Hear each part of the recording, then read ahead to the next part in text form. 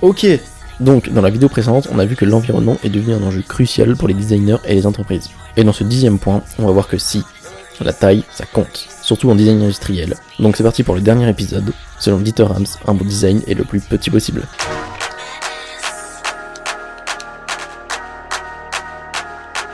Les Français n'ont pas de culture design.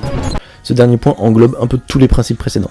Plus c'est petit, moins il y a de matière, et qui dit moins de matière dit moins de gaspillage, de pertes et de pollution environnementale. C'est donc plus rapide à produire avec un meilleur rendement. Mais d'un autre côté, avoir moins de matière nécessite plus de temps de réflexion et donc forcément un temps de développement plus conséquent. Un produit compact est tout bénef pour une entreprise. Et encore une fois, je suis désolé, mais le meilleur exemple, c'est Apple. C'est la marque qui a la plus grande maîtrise de l'aluminium au monde. Tous leurs produits sont quasiment fabriqués au 10e de micromètre pour qu'ils soient le plus petit possible et le plus précis possible. Pour vous faire une idée, 10 micromètres, c'est à peu près la taille d'une cellule animale. Il y a d'ailleurs une histoire assez célèbre à la confection du premier iPod qui raconte que Steve Jobs avait plongé le prototype de l'iPod dans un aquarium en disant « Il y a des bulles d'air, ça veut dire qu'il y a encore de la place à l'intérieur.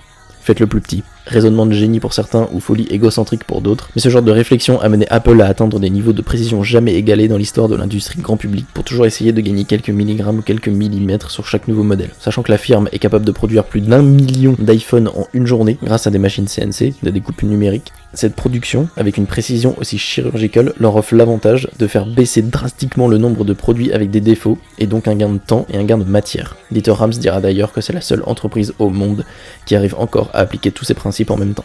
Voilà, donc pour conclure sur cette vidéo, il faut faire moins, mais mieux. C'est le message le plus important de cette série de vidéos, et c'est applicable dans tous les domaines de nos vies. Mieux vaut manger moins de viande, mais de meilleure qualité. Mieux vaut avoir 3 pulls de super qualité plutôt que 10 pulls de merde faits par des esclaves achetés chez Zara. Il vaut mieux avoir un excellent pull que 5 pas terribles. Et toujours d'après Dieter Rams, il faut revenir à la pureté et à la simplicité. Il n'y a qu'à voir le nombre d'objets inutiles qu'on a chez nous, notamment dans les cuisines par exemple, avec des ustensiles qui servent complètement à rien, ou alors dans le salon avec des CD, des DVD et tout un tas de merde qu'on se sert jamais. En gros, il y a une règle, quand on fait le ménage, on va dire, si ça nous sert pas dans les 2 prochains mois, on peut le jeter, le donner ou le vendre. Ce principe de simplicité est aussi beaucoup appliqué par beaucoup d'architectes. Vous pouvez aller voir la série de vidéos Never Too Small sur YouTube, qui est ultra bien, je vous mets le lien en description, qui montre des habitats extrêmement bien pensés et aménagés, beaucoup moins chers que nos maisons traditionnelles en France par exemple.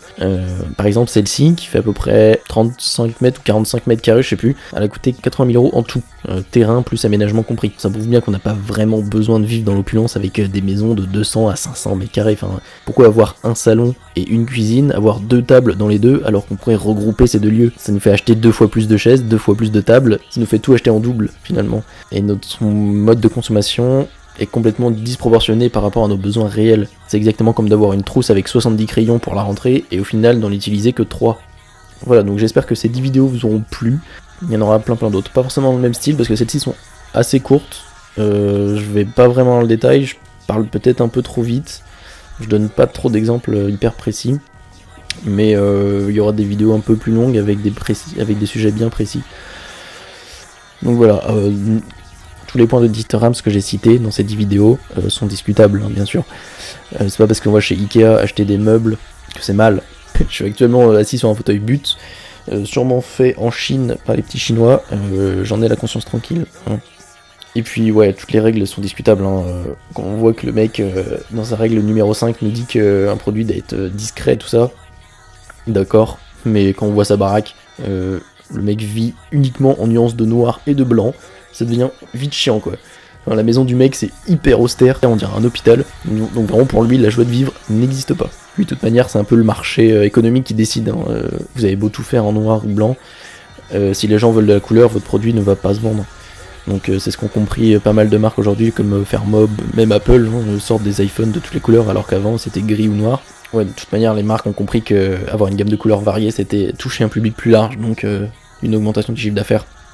Mais bref, selon moi ça reste des points incontournables du design industriel, donc si vous êtes dans le domaine ou si vous pensez intégrer une école de design, ces points là, faut vraiment les avoir en tête, ils sont incontournables du design industriel, et le resteront encore pendant ultra longtemps je pense. Donc voilà, sur ce je te laisse t'abonner si t'as envie, si t'as pas envie, ben je m'en fous, voilà, on se revoit très vite pour la prochaine vidéo, salut. Salut mon...